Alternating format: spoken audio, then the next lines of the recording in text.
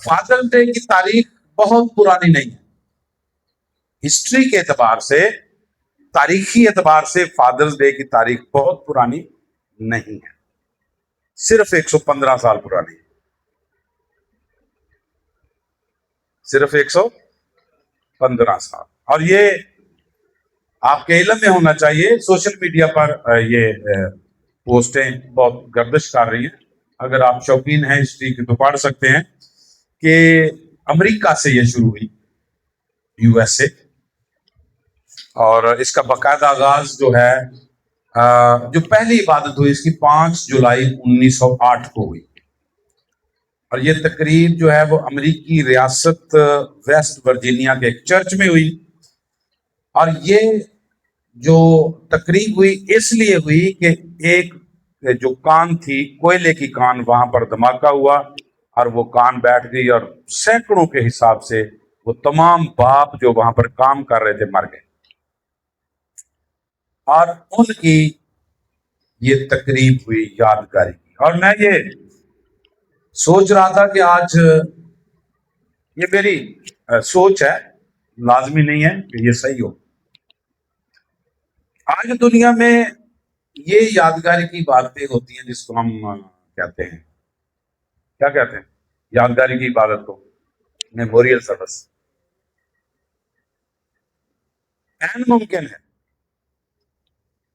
اس سے لوگوں نے تحریک پکڑی اور آج میموریل سروس کی عبادت ہر گھر میں جہاں کوئی فوت ہوتا ہوتی ہے، تو میرے نزدیک یا میرے علم کے مطابق جو یادگاری کی عبادت ہے وہ صرف ان لوگوں کی تھی جو چرچ میں خدمات سر انجام دیتے تھے، اور اس کی تاریخ میری معلومہ تاریخ کے مطابق یا میرے ذہن کے مطابق جو میں نے پڑھا ہے وہ 2ری صدی میں جا کر ملتی ہے، جب یروشلم کو آگ لگا کر کیسر نے مسیحوں پر ڈال دی اور بہت مشکل پیش آئی۔ تاہم امریکہ کی ریاست میں جب بہت سارے باپ مارے گئے تو ان کی یاد میں ایک تقریب ہوئی، اور یہ پہلی تقریب تھی، لیکن یہ کوئی مستقل دن نہیں تھا، یہ ایسا دن نہیں تھا کہ اس کو یادگار کے طور پر منایا جائے اور بار بار منایا جائے۔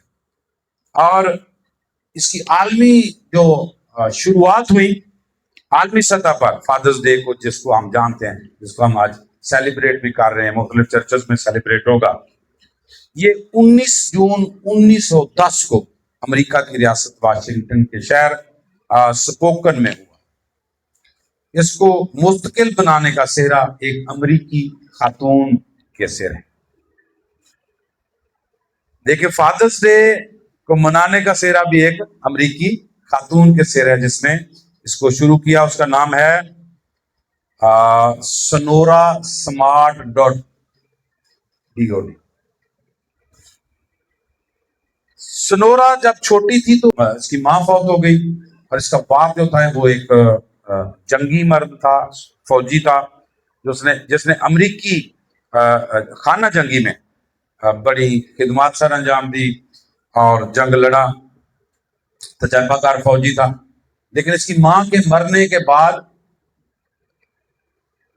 سنورا کے 5 بہن بھائیوں سمیت یعنی 6 لوگوں کی اس نے خدمت کی، بچوں کو پالا، اور اس نے شادی نہیں کی، صرف بچوں پر توجہ دی، ان کو ماں کا پیار بھی دیا، ان کو باپ کی شفقت سے بھی بہرہ مند کیا، اکیلے ہی سب کچھ کیا۔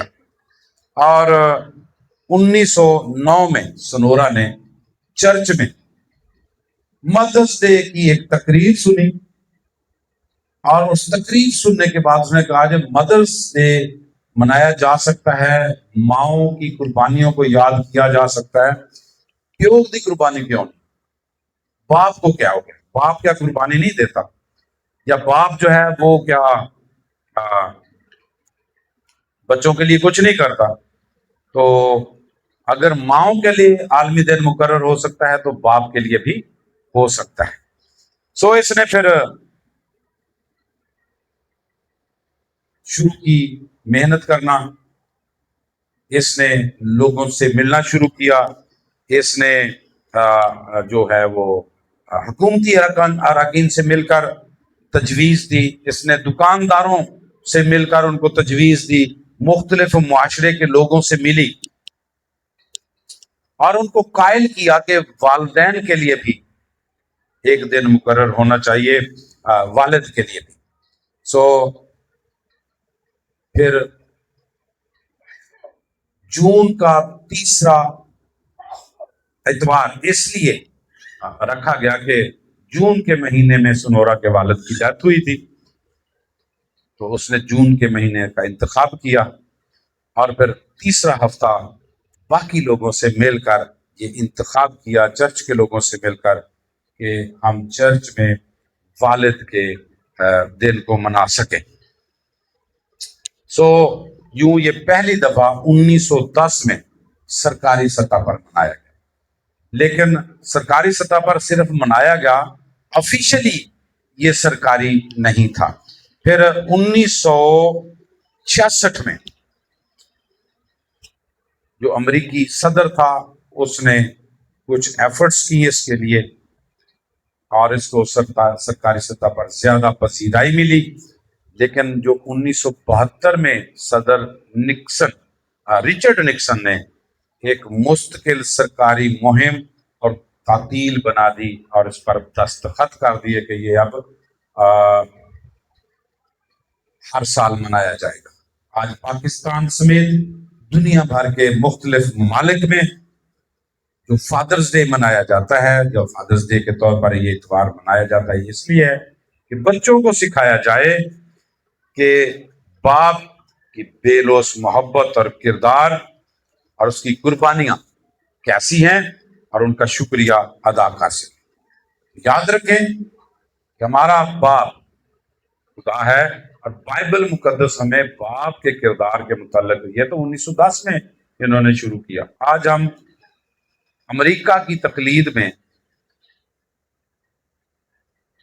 یہ باپ کا منا رہے ہیں۔ جو کوئی بائبلی، بے شک اس کی جڑیں بائبل میں ہیں، بائبل کا حکم نہیں، بائبل کا حکم تو ہے روز اپنے پیو دی شکریہ بھی ادا کرو، تو روز وہ دی عزت بھی کرو۔ بائبل کا حکم یہ نہیں ہے کہ سال میں ایک دفعہ آپ باپ کے لیے دن مقرر کر دیں اور اسی دن اس کو جناب عزت دیں، سوٹ بھی دے دو، ہار بھی پوا دو، تصویر بھی کھچا لو، سوشل میڈیا پہ بھی پا دو۔ خدا تو کہتا ہے کہ روز آپ اپنے باپ کی عزت کریں، اور آپ کو میں نے پہلے بھی یہ کہا ہے، بائبل مقدس یہ سکھاتی ہے کہ جو خدا کی عزت ہے وہی باپ کی عزت ہے۔ اور یاد رکھے کہ خدا نے جب احکامات دیے تو یہ حکم بھی دیا کہ جو اپنے باپ کی بے عزتی کرے اس کو نکال کر چوک میں لے جاؤ اور اس کو پتھر مار مار کر مار دو، کہ وہ اس قابل نہیں ہے وہ اس دنیا میں زندہ رہے۔ اور جو شخص خدا کی عزت بے عزتی کرتا ہے، خدا کی توہین کرتا ہے، اس کے لیے بھی قانون یہی ہے کہ اس کو چوک میں لے جاؤ اور پتھر مار مار کر اس کو مار دو، سنسار کر دو۔ یعنی باپ کی عزت اور خدا کی عزت کو خدا نے برابر رکھا ہے۔ آج باپ کا دن مناتے ہوئے ہم باپ کی چند ایک خوبیوں پر نظر کر سکتے ہیں۔ باپ جو ہے ہمیں پتہ ہے کہ کما کر لاتا ہے، دن بھر دھوپ میں کام کرتا ہے، کیا کچھ کرتا ہے، ہم نہیں دیکھتے وہ کن کن لوگوں سے ملتا ہے، ہم نہیں دیکھتے کہ کون کون اس کی بے عزتی کرتا ہے، ہم نہیں دیکھتے کہ کس طرح سے وہ پیسے کما کر لا کر لوگ اپنے بچوں کو خوشی دیتا ہے۔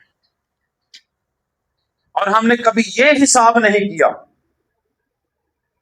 کہ پچھلے 20 سالوں میں میرا باپ مجھ پر کتنے خرچ کر چکا ہے، یا پچھلے 25 سالوں میں، کیونکہ ہم 20-25 سال کے ہوتے ہیں نا جب جا کر کچھ کرنے کے قابل ہو جاتے ہیں، اس تو پہلوں تے کوئی کرنے کے قابل ہوئی ہے تو کر دے نہیں، ابا نہیں ہے، ابا تو کا ابا ہے، بچے کہتے ہیں اچھا کیتا کیجیے ساڈے لے، اتنا بھی نہیں کر سکے، کیا کمایا ہے آپ نے؟ کبھی حساب نہیں لگایا ہم نے کتنے کروڑ یا کتنے لاکھ آج تک مجھ پر باپ نے خرچ کر دیا، اور مجھے کبھی پوچھا بھی نہیں۔ باپ نے کبھی یہ نہیں پوچھا کہ بیٹا یہ پیسے آپ کیا کرو گے، اب پیسے چاہیے دینے کنے چاہیے دینے، کدی کدی پوچھ بھی لینا بے ہو کہ کی کرنے، پر اس کا مطلب یہ ہرگز نہیں ہوتا کہ باپ آپ کی انسلٹ کرنا چاہتا۔ کبھی کبھی بچے غلط راستوں پر چل پڑتے ہیں، بے راہ روی کا شکار ہو جاتے ہیں، اور باپ کا یہ فرض ہے کہ ان کی بے راہ روی کو درست راستے میں تبدیل کر سکے، ان کی جو طاقت ہے، ان کی جو قوت ہے، ان کی جو استعداد ہے، اس کو درست راستے پر ڈائیورٹ کیا جائے۔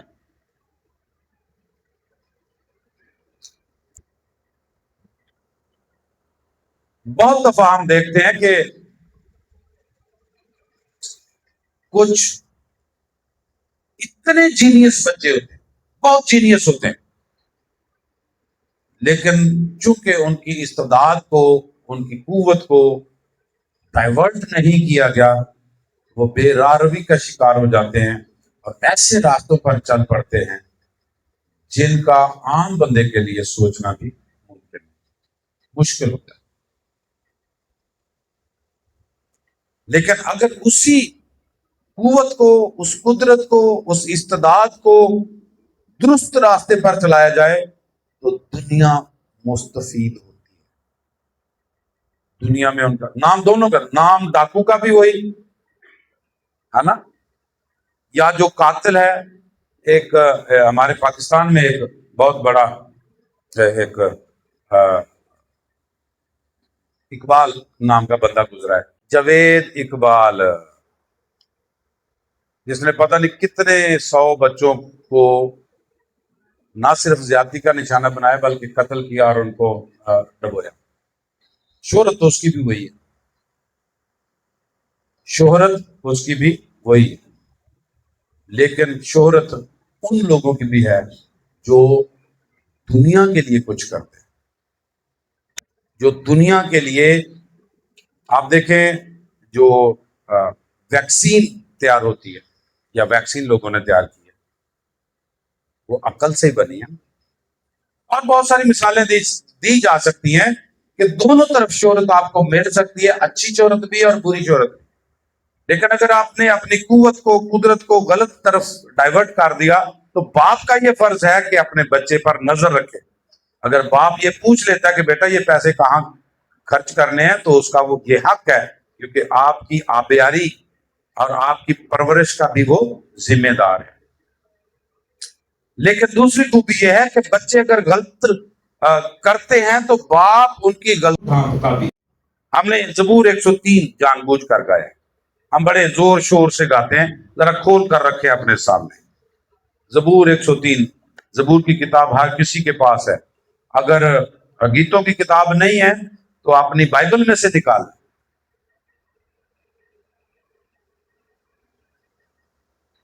غصہ نہیں کرتا، رحمت سے وہ بھرا ہوا ہے، اور پیار اس کا جو ہے وہ بے انتہا ہے، اس کے پیار کو ہم ناپ تول نہیں سکتے، اور اس کا ناپ تول یہ ہے آج تک خلا کی انتہا کو دنیا نہیں پہنچ سکی۔ سائنس کی اتنی ترقی کے باوجود بھی آپ خلا کی انتہا کو نہیں پہنچ سکے، آپ کو نہیں پتا کہ یہ دنیا کتنی بڑی۔